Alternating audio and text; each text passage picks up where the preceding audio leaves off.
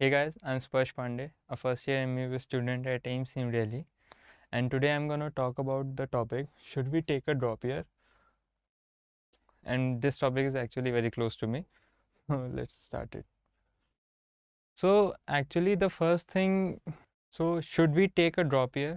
ये क्वेश्चन बहुत पॉपुलर रहता है जो भी ड्रॉप लेने वाला रहता है। तो मेरे केस में तो मेरे पेरेंट्स ने बोला था कि ड्रॉप ले लो instead of doing any other graduation course. तो उस ये एक सपोर्ट चाहिए होता है फैमिली का कि आपको जो मोटिवेट करे, इवन दो अगर सपोर्ट नहीं मिल रहा है आप मोटिवेटेड रहो कि हाँ, अगर आपको लग रहा है आप कर सकते हो तो आप ड्रॉप लो। अगर आपको पता है कि आप झूठ मत बोलो खुद से कि अगर आपको पता है कि आप नेक्स्ट ईयर भी 200 से 300 ही तक जा पाओगे, तो इससे बेटर आप अपना फैक्ट को एक्सेप्ट करो एंड मूव ऑन कर जाओ।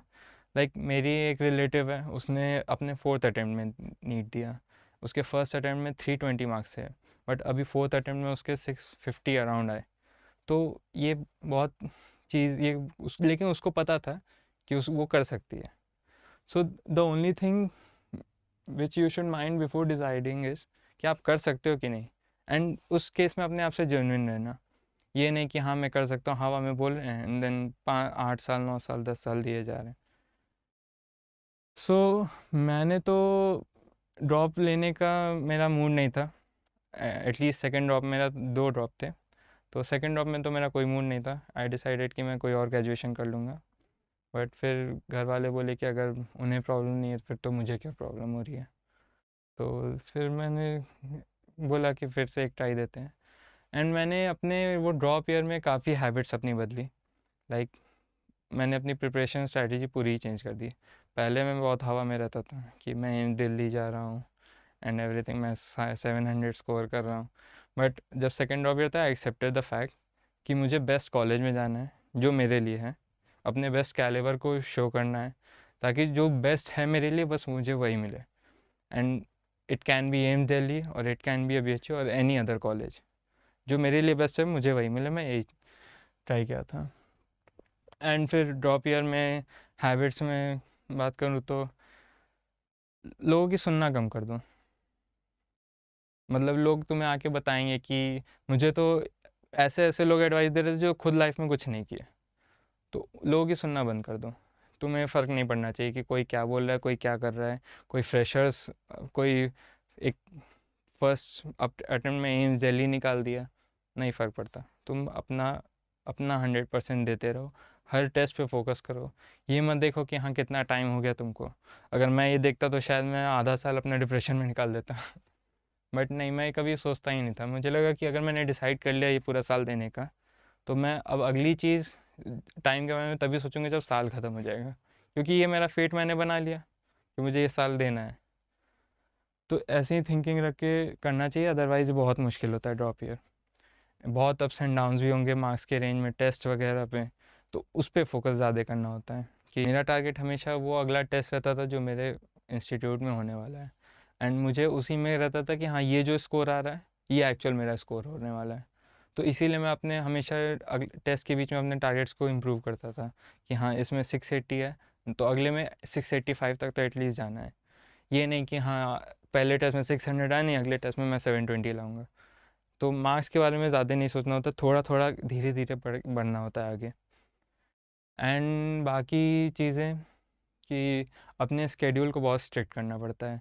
मैं टाइम टेबल की बात नहीं कर रहा, टाइम टेबल तुम्हारा, तुम्हें जब पढ़ने का मन करे जब भी पढ़ो, बस स्केड्यूल स्ट्रिक्ट रखो कि सोना कब है। जैसे मेरा फिक्स हो गया था, पहले मैं बहुत ज़्यादा नाइट आउल टाइप का था कि मैं रात में 3-4 बजे तक पढ़ता था, but during the last year मैं अराउंड 12-1 बजे सो जाता था, फिक्स रहता था मेरा, एंड सुबह 7-8 बजे उठ जाता था। मेरे खाने के टाइम फिक्स रहते थे, ये बहुत इंपॉर्टेंट चीज़ होती है। ये नहीं कि कभी भी खा रहे हैं, कभी भी सो रहे हैं, कभी भी जाग रहे हैं। थोड़ा फिक्स रखना पड़ना है, स्ट्रिक्ट रहना पड़ेगा शेड्यूल में। फिर जो टाइम तुम्हारे पढ़ने का टाइम है वो तुम अपने अकॉर्डिंग, जैसे मुझे सुबह बायो पढ़ना बहुत सही लगता था एंड शाम को फिज़िक्स के न्यूमेरिकल सॉल्व करना बहुत अच्छा लगता था। तो मैंने सुबह तब बायो रखा था, शाम को मैं फ़िज़िक्स के न्यूमेरिकल सॉल्व करता था, दोपहर में मैं या तो टेस्ट देता था। फिर मेरी केमिस्ट्री थोड़ी मेरे लिए ईजी सब्जेक्ट था, तो मैं अल्टरनेट कर देता था, कभी कभी 2-3 दिन केमिस्ट्री पढ़ा फिर एक टेस्ट दे देता था, 2 to 5 में। तो talking about my scores, in my first attempt my score was 570। इस अटेम्प्ट में मैंने इतना नीट के लिए पे फोकस नहीं किया था, मैं 12th पे ही ज़्यादा किया था फोकस। तो 570 था। देन मुझे लगा कि कॉलेज हो जाएगा, बिकॉज उसके लास्ट ईयर कट ऑफ 520 गया था मेरे स्टेट में। तो फिर बट जब रिज़ल्ट आया तो पता चला बहुत ज़्यादा रैंक इन्फ्लेशन है एंड मुझे कोई ढंग का कॉलेज नहीं मिल रहा था। So I decided to take a drop. तो वो मेरा ड्रॉप, मेरे विलिंग वाला ड्रॉप था, क्योंकि फिर अगला अटेम्प्ट जब हुआ तो उसमें मेरे एक्चुअली 1 मंथ पहले ही मुझे कोविड हो गया था एंड वो बहुत बेकार गया मेरा अटेम्प्ट। 591 स्कोर था। तो उसके बाद जब उसका रिज़ल्ट आया तो आई वॉज कम्प्लीटली शैटर्ड। मेरे मम्मी पापा बोल रहे थे कि कोई बात नहीं, एक और ट्राई कर लो। मैंने एकदम डिसाइड किया था कि मुझे नहीं करना है, कुछ भी हो जाए मुझे कुछ नहीं करना है ड्रॉप, मैं कुछ और करूँगा। बट देन मेरे मम्मी पापा और मेरे डायरेक्टर्स जो थे कोचिंग के वो भी आए, वो भी बोले कि जब हम सबको कोई प्रॉब्लम नहीं हो रही तो तुम क्यों टेंशन ले रहे हो, आराम से पढ़ो, अब ज़्यादा टाइम नहीं है। साथ उस टाइम लग रहा था कि जून में नीट हो जाएगा, तो मुझे लगा कि हाँ 6 ही महीने तो हैं, क्योंकि मुझे प्रिपरेशन स्टार्ट करते करते दिसंबर हो गई थी। एंड फिर इन लोग के कहने से मैंने बस एक ऐसे मन बना कि ठीक है कर लेते हैं। बट जब मैं फ़र्स्ट टेस्ट जाके दिया कोचिंग में, उसमें मेरा स्कोर अराउंड आया था 705। तो एंड फर्स्ट टाइम मेरा स्कोर 700 क्रॉस किया था, तो ये मुझे बहुत ज़्यादा मोटिवेशन दिया and I was seeing my self in the best medical college. तो फिर उसके बाद से मैं फिर देखा नहीं पलट के कभी। मैं अगले टेस्ट में और स्कोर करने का ट्राई किया, ऐसे पूरा साल निकला मेरा। टॉकिंग अबाउट सब्जेक्ट, मेरे फर्स्ट अटेम्प्ट में सबसे कम मार्क्स मेरे बायो में थे, similarly in second attempt also, क्योंकि बायो मेरे लिए kind of least favourite subject था। मेरा फेवरेट सब्जेक्ट फ़िज़िक्स था। मैं दिन भर फिज़िक्स पढ़ता रहता था, जो कि बहुत गलत चीज़ है। बायो ऑल्दो आपको पसंद आए ना आए, पढ़ना पड़ेगा, क्योंकि आपको सिलेक्शन इवन रैंक भी बायो ही डिसाइड करता है। फिज़िक्स आपकी रैंक इम्प्रूव करता है, but bio is a major subject and you know it. 50% bio ही आती है एंड आई थिंक वो कुछ साल बाद वो उसका परसेंटेज और इंक्रीज़ कर जाएगा नीट में। तो फिर फाइनली जब थर्ड अटेम्प्ट हुआ उसमें मेरे मार्क्स 700 आए एंड सबसे अच्छा मेरा बायोलॉजी ही गया था, क्योंकि वो मैंने 20 मिनट में ऑलमोस्ट ख़त्म की थी एंड स्कोर भी 355 था। तो मैंने बायो काफ़ी इम्प्रूव की, बहुत रीडिंग्स लगाई एनसीईआरटी की।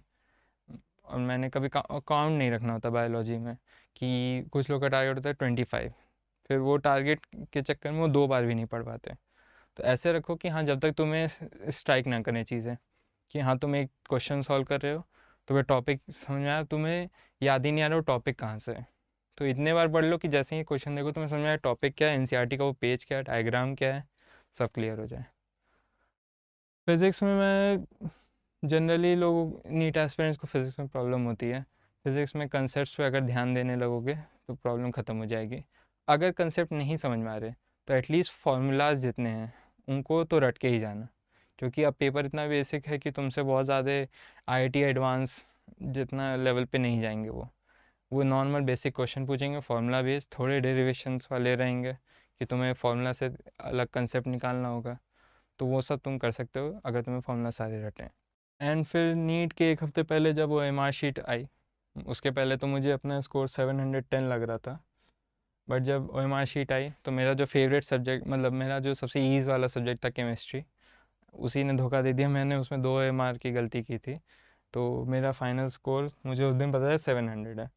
तो फिर मेरा रिज़ल्ट से मतलब ही हट गया, मुझे लग रहा था कि अब मुझे रिज़ल्ट ही नहीं देखना। बट जब रिज़ल्ट आया, मेरे फादर आए, उन्होंने ही खोला था, मैं तो छोड़ के चला गया था।